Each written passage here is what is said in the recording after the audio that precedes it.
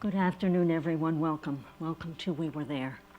It's lovely having you with us. My name is Judith Pucci, and I am, like the two women sitting next to me, I am a 9/11 Tribute Museum walking tour guide.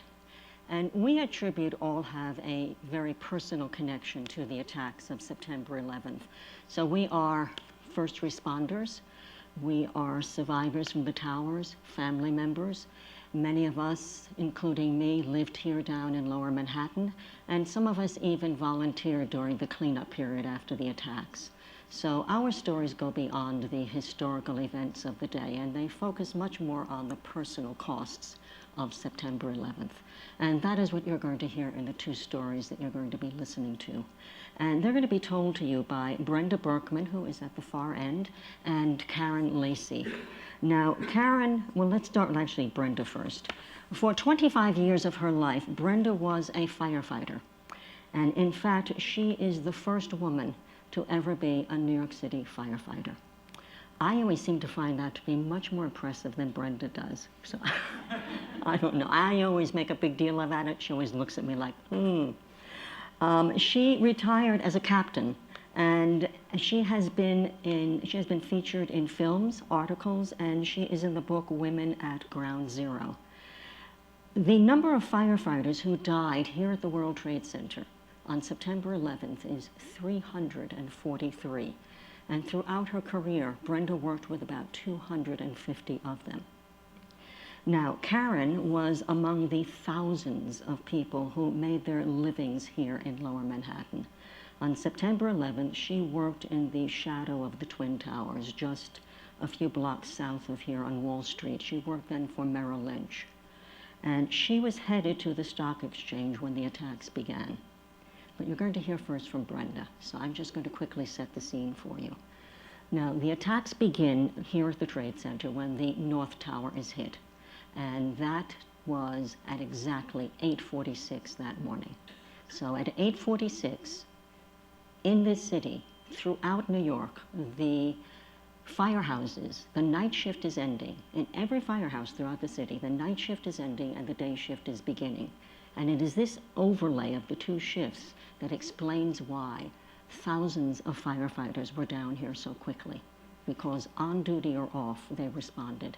And that certainly included Brenda. It's Judith. So 9/11/2001, as Judith mentioned, I was a New York City fire officer at that point. I was a lieutenant, but I was off duty that day. And I was taking my time in the morning having a second cup of coffee when at 9 o'clock, already after the first plane had hit the North Tower, my telephone rang. And it was a friend of mine from Kentucky. Now, those of you from the United States, you recognize that Kentucky is nowhere near New York. And my friend says to me, turn on your television. And I turned on my television. How many of you had your televisions on 9/11?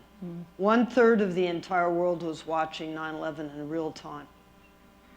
I turn on my television, I immediately think terrorism, because I looked at the volume of fire that was in the North Tower, and I knew that could not have been a small plane or a helicopter.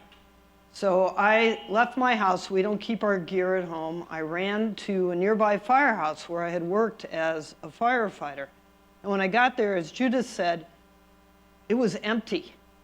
That Brooklyn Fire Company, those two companies had already been sent to the World Trade Center.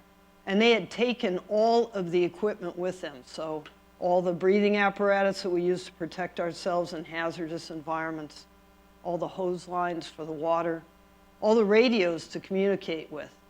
That had all been taken down to the World Trade Center with the thousands of firefighters who had already been sent there. And half a dozen of us who had come to this firehouse on our own, we figured out that we could get a police officer to drive us across the Brooklyn Bridge, nearby Brooklyn Bridge, and in a little police van, because the cops had closed off all the bridges and tunnels to private vehicles. We had no fire trucks, so we couldn't use that.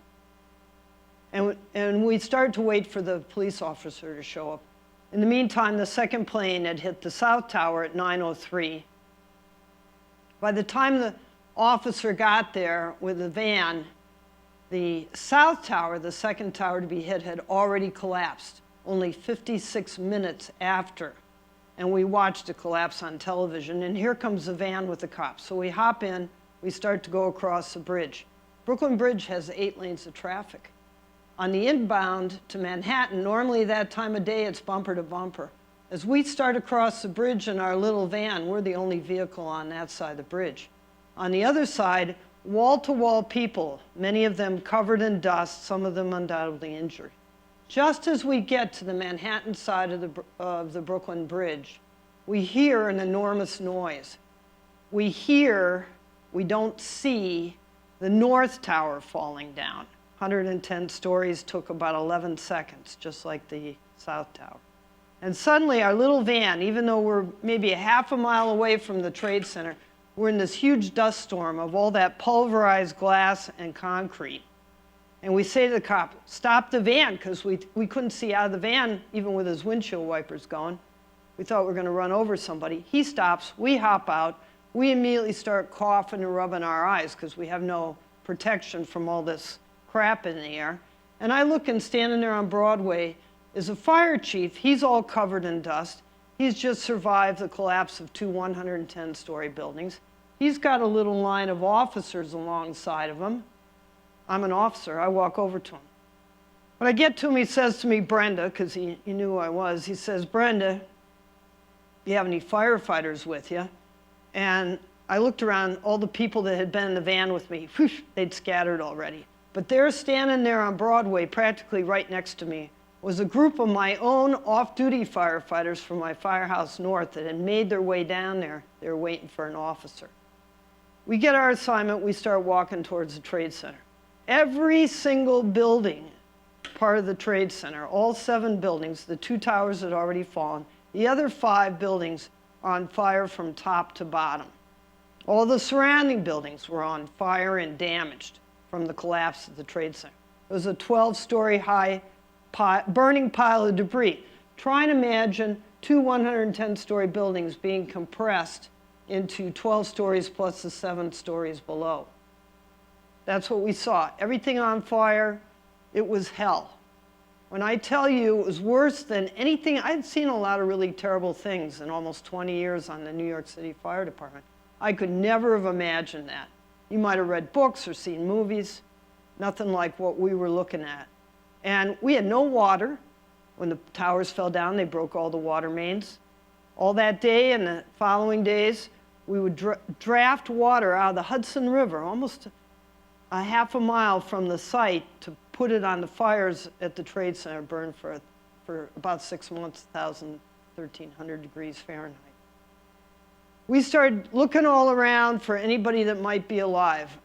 I honestly thought, this is it. This is where I'm going to spend my last day in the New York City Fire Department, because I can't imagine surviving this.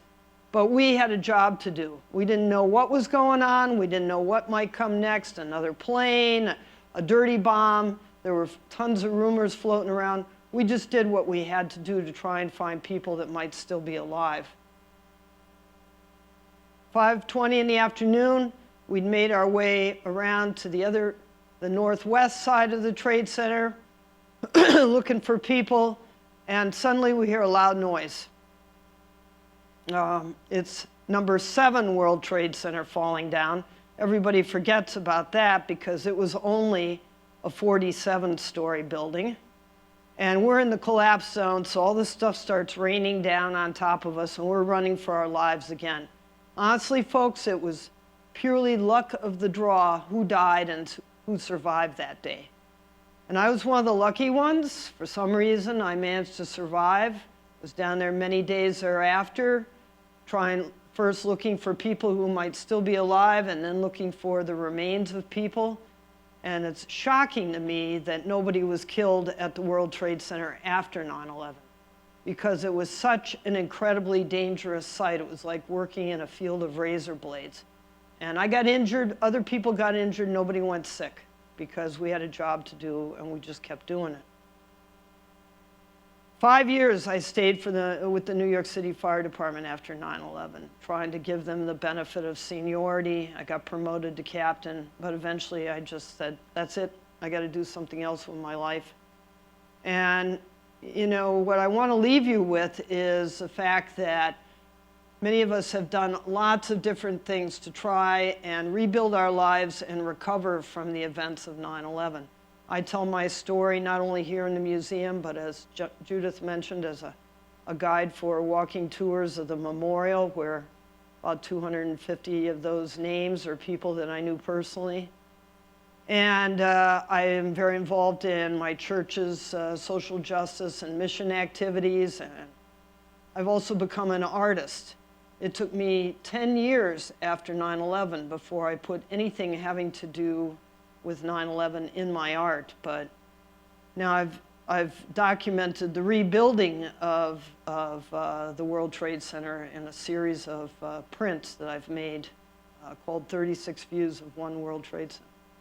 So I thank you for listening to our stories today. I thank you for coming to the museum to learn more about 9/11 and to honor those who lost their lives that day.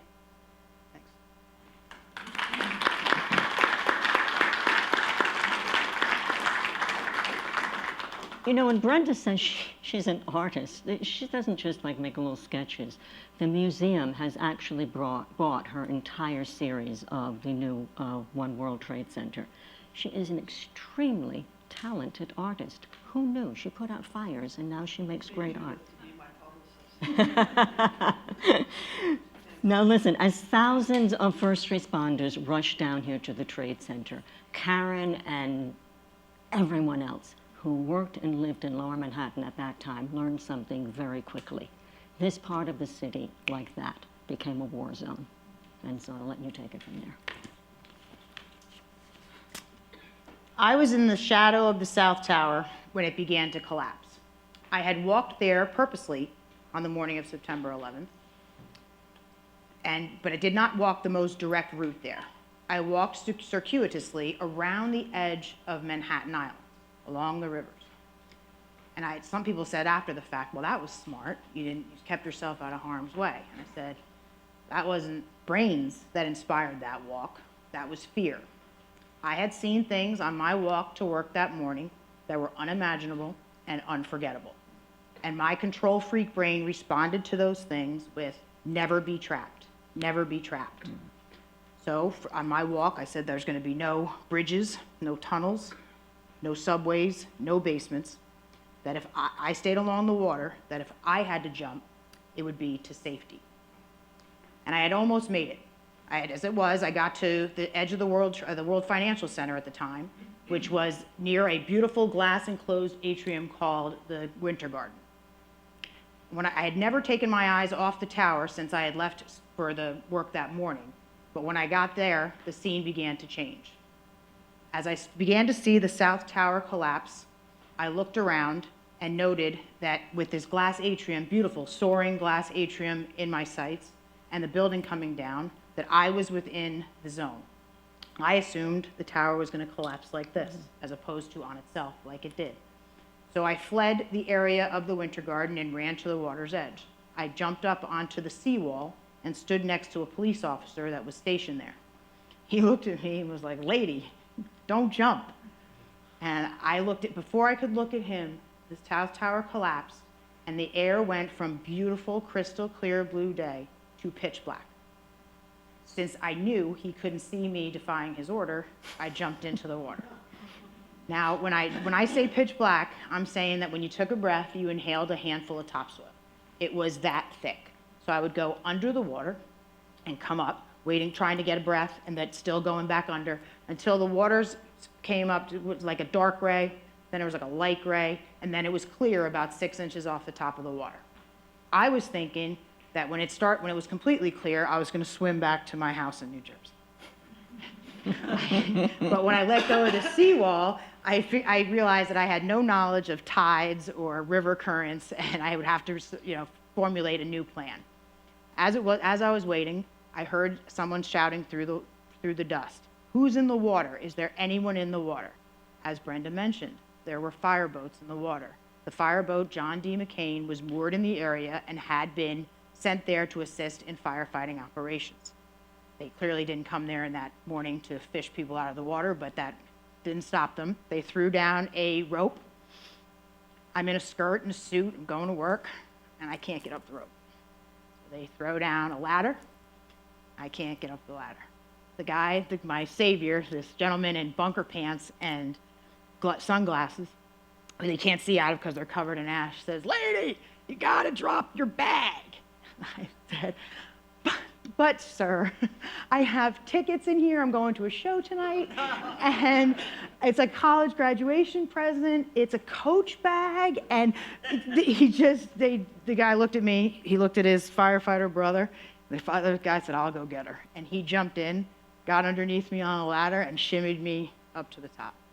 When I got on the boat, there were other evacuees already on the boat, some suits, some children, other firefighters. We were about halfway across the Hudson when the second tower fell, and that's when it really hit me that this was a worldwide event, and my world, the world, would never be the same. I walked back to my apartment that morning, 2.5 miles. I was one of those people that you see in the shows. I was totally covered in ash with the addition of wet. I had no shoes, no bag, no keys. When I got back to my apartment in Hoboken, we had views of the city, and I watched that smoke blow off the pile for 5 days. On the 5th day, we went back to work. September 17th, they reopened the stock exchange. My commute that used to take 20 minutes took 1 hour and 20 minutes. I had absolutely zero interest in going back downtown. The streets were lined with armed guardsmen. It was very nerve-wracking. I had to keep telling myself, your sacrifice of 1 hour and 20-minute commute and being uncomfortable is very minor compared to what everyone else had to do. So we stood under the podium that day when the dignitaries rang the bell to reopen the exchange, but we didn't smile and hug. We shared stories of people that we still considered missing. One of my issues, which is interesting, that it corresponds with something that Brenda said with that day, and I took it away for a long time, was the randomness of who died that day. In our community, there was a gentleman that had a breakfast meeting at Windows on the World. He didn't work there. He had no business being there except having breakfast. There was a young man who was interviewing for a job. So those stories range from the incredibly unlucky to the incredibly lucky. A gentleman took his kid to school for the first day. Someone missed a train. Someone stopped, I don't know if you remember, getting pictures developed. Stopped to get pictures, pick up his pictures that were developed, and was not on the 96th floor.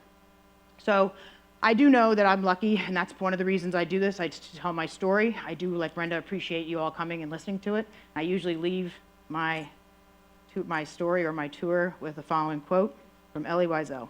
"Whoever survives a test, whatever it may be, must tell the story. That is his duty." Thank you.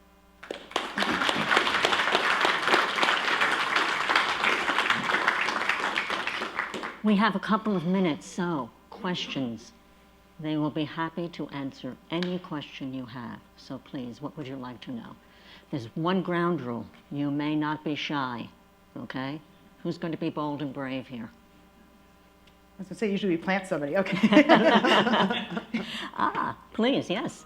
Brenda, so your first 24 hours, and you came and crossed over to Portland,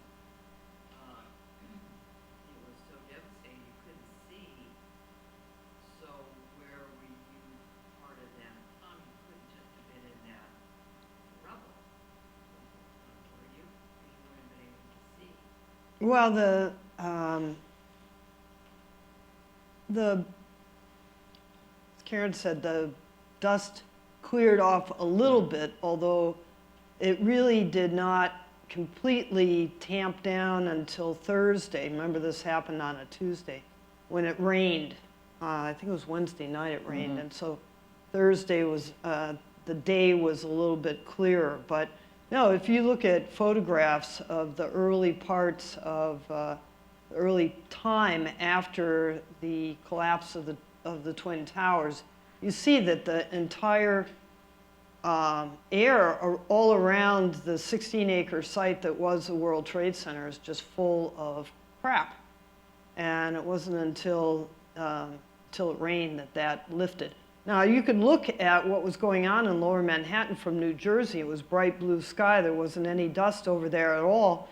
All that stuff blew out east and south of here. 15 miles they found burned pieces of paper that had come from the World Trade Center and had been carried out on the wind. So the wind was pushing everything this way. And we just had to work in it. That's all there was to it. I mean, it just kept burning. Like I said, it wasn't until 6 months later, really, that we were able to get all the way down through all the rubble. And we went through everything by hand because we were looking for, you know, when we discovered we couldn't find anybody else alive, we were looking for remains. And we recovered over 20,000 remains by looking through everything by hand and then going out. All that rubble was taken out to the Staten Island landfill. It was all looked through again. And that's the effort that we made, really, to try and bring people home to their loved ones. So the actual blinding part of it that Brenda described lasted for a short period of time. When that lifted, you could see, but when the towers came down, it did go to black. People said they couldn't see their hands in front of their faces, but that did lift. So the rest of the day, there was visibility, so she could function. Yeah, there's videos of that people were taking at the time that the dust cloud overwhelmed them. And it's totally black. It's just completely black. And you hear them coughing. Right. And people describe how they thought. Now we were very lucky when 7 World Trade Center came down, and we heard it starting to come down. We ran towards the Hudson River, just like Karen had run towards the Hudson River, and we found a doorway on our way there, and it was open. We dashed inside another building, which protected us a great deal from what was falling on top of us in that huge dust cloud, because otherwise we would have been in that same overwhelming blackness that the people experienced with the collapse of the Twin Towers. And breathing that in, it was full of toxins, carcinogens. To breathe that in was extremely unhealthy. So to have some shelter from it was fortunate. And that went on for months, and we didn't, in the fire department, we didn't really get properly decontaminated at first. So when you hear the numbers about the number of people in the fire department who have already died from 9/11 related illnesses, I think it's up around 180 now, and over 1,000 are sick with 9/11 related illnesses. So, and other people have 9/11 related conditions. So, you know, this stuff goes on and on and on because we were exposed to the after effects of the World Trade Center for many, many months. We are going to have to wrap up. However, if you have any more questions or would like to continue the conversation, they will be right outside that exit, so feel free to please approach them.